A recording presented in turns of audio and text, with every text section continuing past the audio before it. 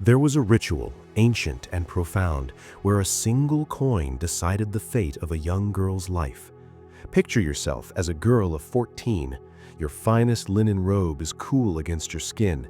Your mother weaves blossoms into your hair, her fingers pausing just once to brush your cheek. Your father stands like a sentinel by the door. They call this an honor. They say the goddess has chosen you. No one mentions the older women, their gazes fixed on the floor. Before twilight, a man you have never met will place a silver piece in your hand, and your future will be sealed. The temple walls loom, vast and sun-baked. The air is thick with myrrh and dust. You are led inside, where shadows move like water. A priest hands you a silken cord. For the sacred rite, he says. It feels heavy, though it weighs nothing. Your name is etched into a damp clay tablet by a scribe who does not look up. And there, upon a stone altar, a single silver coin gleams in a shaft of light. Soon you will understand why the great bronze doors are barred from within. This was Babylon, not a myth, but a machine, a system so efficient that chroniclers noted it in plain script, and so troubling that we still struggle to reconcile its truth. If the hidden mechanisms of history hold a dark fascination for you, you're in the right place. Subscribe to Shadow of History, and as we proceed, hit the like button. Her name was Inanna. This is where her story contracts like a fist. You stand with other girls in an antechamber. Some are trembling. A bowl of honeyed wine is passed. You sip because it is expected. You learn the chants. Your voice is a fragile thread in the tapestry of sound. An ancient historian wrote of women with cords in their hair and men passing by. Academics debate his interpretation. The ledgers, however, do not debate. They list names, quantities of silver, measures of grain. They were accounts, not stories. But here is what those ledgers omit. The moment devotion curdles into commerce. Inanna learns the craft, the art of movement, the science of fragrance, how to tilt her chin so a glance becomes a question. An elder woman, Shaluti, shows her how to trace kohl along her eyelids. A young scribe labels her tablet with a single word, naditu. He says it softly, a term that is both station and sentence. The priests speak of cosmic balance. To serve the goddess is to ensure the river rises, the fields yield, the kingdom stands. The theology is immaculate, the reality less so. Was this piety or a prison with gilded walls? They were called priestesses. They were educated. They could read the sacred signs. They wore fine wool. They lived within hallowed grounds. The law, on its surface, protected them. It granted rights, wages, a form of personhood. But the clay never recorded desire. It never recorded an end date. On parchment, she was bound to no mortal man. In practice, she belonged to the temple. For a fleeting season, Inanna believed this could be a life, a purpose, perhaps even safety. That illusion was fragile. When the sun fell, the inner courtyard transformed. The public gates were sealed, but side doors remained. Men arrived hooded or weary from travel. They did not converse, they paid. Priests escorted them past low-hanging drapes where the naditu waited. Metal clinked against ceramic.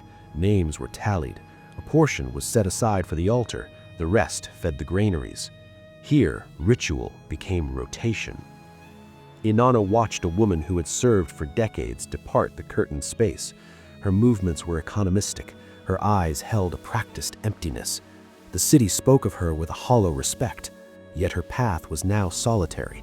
No family hearth, no children bearing her name. Her destiny had been quietly authored long ago. Some called it duty, others subsistence. Inanna began to call it the machinery. Her days were not her own. A bell dictated her waking. Rations defined her meals. A priest's nod decided her engagements.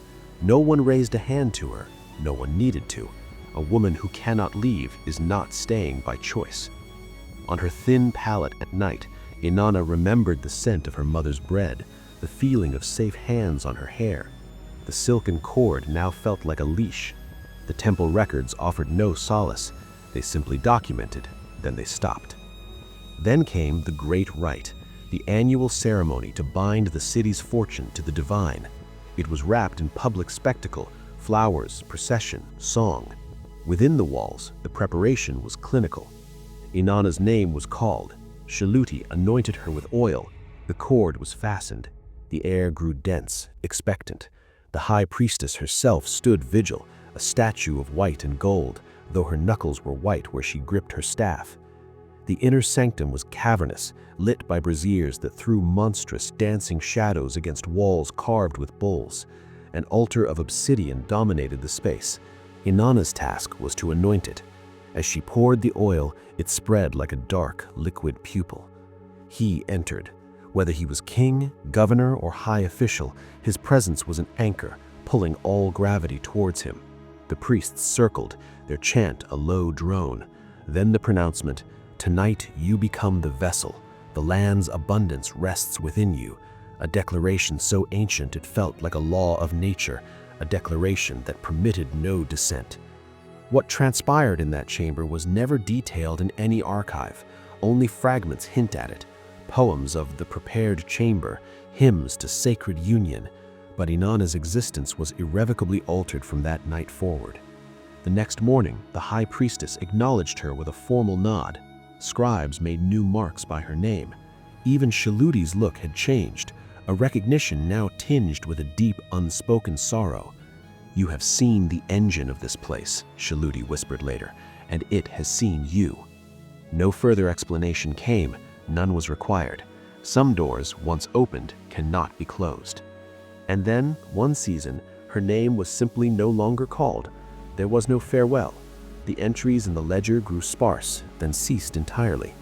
This was how a naditu vanished, not with conflict, but with quiet subtraction.